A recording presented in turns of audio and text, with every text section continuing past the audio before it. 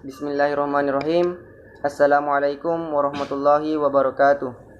Alhamdulillahi rabbil alamin. Wassalatu wassalamu ala asrafil anbiya'i wal mursalin Sayyidina Muhammadin wa ala alihi wa sahbihi ajma'in, amma ba'd. Alhamdulillah, pada video singkat ini saya ingin membahas tentang aliran Jabariyah serta perbedaan pendapatnya antara aliran Jabariyah dengan aliran Qadariyah. Pertama-tama yang perlu kita ketahui yaitu mengenai pengertian aliran Jabariyah. Kata Jabariyah berasal dari kata jabarah yang berarti memaksa. Jabariyah memiliki arti suatu kelompok atau aliran. Jabariyah disebut fatalisme atau predestination, yaitu paham yang menyebutkan bahwa perbuatan manusia telah ditentukan dari semula oleh qada dan qadar Tuhan. Mengenai penyebaran aliran Jabariyah, paham Al-Jabar pertama kali diperkenalkan oleh Jahm bin Safwan dari Khurasan. Dalam perkembangannya, paham Al-Jabariyah juga dikembangkan oleh tokoh lainnya, di antaranya An-Najjar dan Ja'ad bin Dirrar. Sebenarnya, paham Al-Jabar sudah muncul jauh sebelum kedua tokoh tersebut. Khalifah Umar bin Khattab pernah menangkap seorang pencuri. Setelah ditanya, si pencuri itu berkata, "Tuhan telah menciptakan aku jadi seorang pencuri."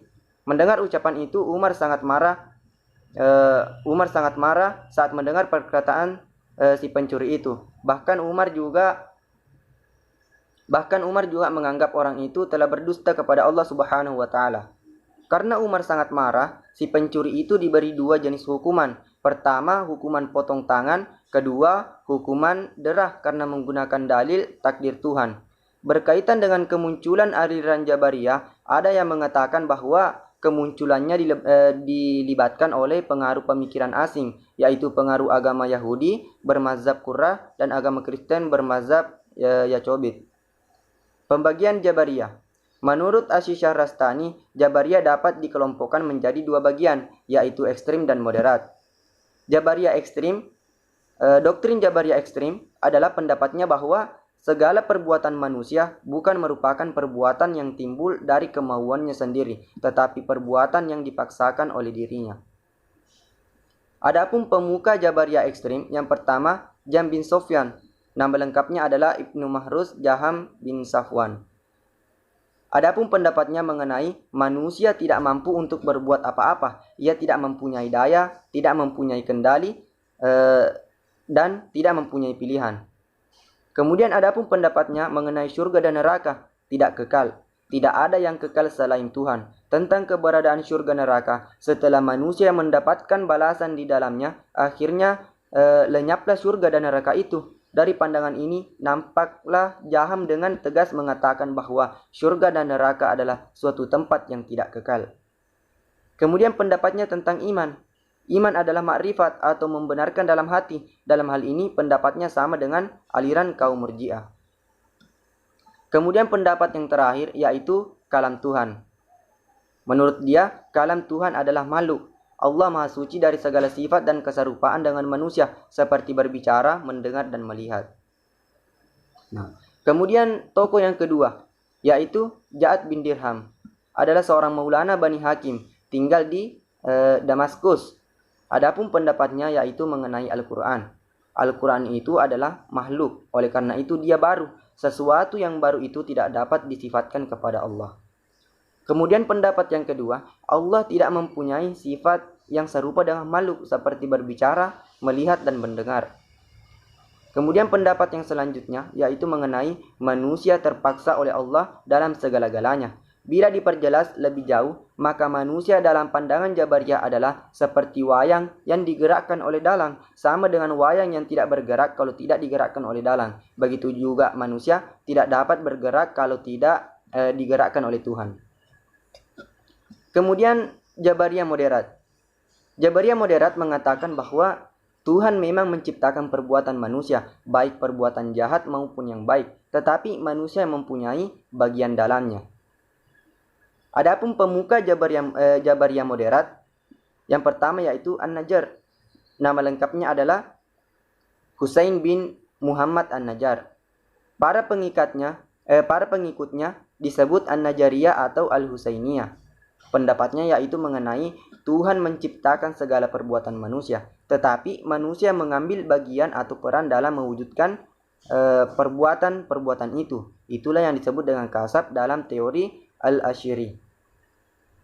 Kemudian pendapat yang kedua, tidak dapat dilihat di akhirat. Tuhan tidak dapat dilihat di akhirat. Akan tetapi ia menyatakan bahwa Tuhan dapat saja memindahkan potensi hati pada mata sehingga manusia dapat melihat Tuhan. Kemudian tokoh yang kedua, Ad-Diyar, nama lengkapnya adalah Dirar bin Amr.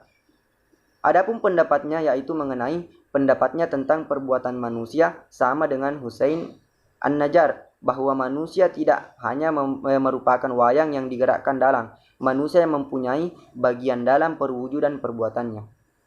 Manusia mempunyai bagian dalam perwujudan perbuatannya. Kemudian pendapat yang kedua mengenai ru'yat Tuhan di akhirat. Dirar mengatakan bahwa Tuhan dapat dilihat di akhirat melalui indera keenam. Nah, pengaruh pemikiran aliran Jabariyah, banyak pengaruh negatif yang dihasilkan oleh aliran ini.